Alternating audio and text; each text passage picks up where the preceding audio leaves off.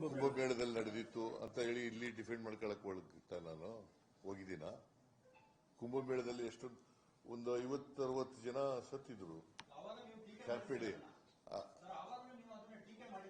ಯಾರು ಯಾರು ನಾನು ಟೀಕೆ ಮಾಡಿದ್ನ? ನಾನ್ ಟೀಕೆ ಮಾಡಿದ್ನೇನ್ರಿ? ನಾನ್ ಟೀಕೆ ಮಾಡಿದ್ನ? ಯಾರು ಮಾಡಿದ್ದವರು?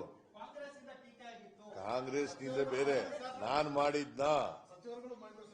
ಮಾಡಿದ್ನೇನ್ರಿ? ಸರ್ಕಾರದಿಂದ ಮಾಡಿಲ್ಲ, ಕರ್ನಾಟಕ ಸರ್ಕಾರ ಮಾಡಿಲ್ಲ.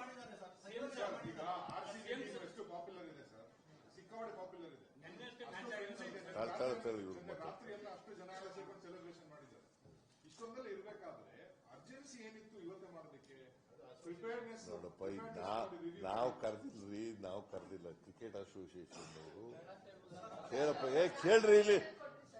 ಸುಮ್ನೆ ನೀವೇ ನಿಮ್ನೆ ಮಾತಾಡೋದ್ರ ಏನ್ ಪ್ರಯೋಜನ? ಹಿಂಗೂ ಮಾತಾಡ್ತೀರಿ, ಹಂಗೂ ಮಾತಾಡ್ತೀರಿ ನೀವು.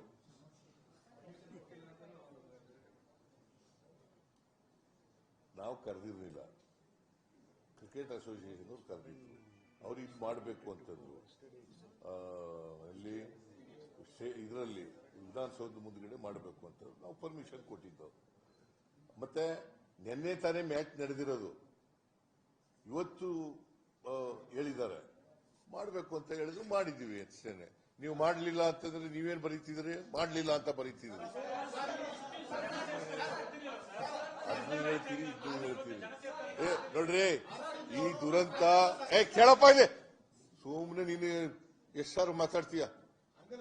ಕೇಳ ನೀನು ಏನ್ ನೀ ಹೇಳೋದಕ್ಕೆಲ್ಲ ನಾನು ಉತ್ತರ ಕೊಡಕ್ಕಾಗಲ್ಲ. ನಾನು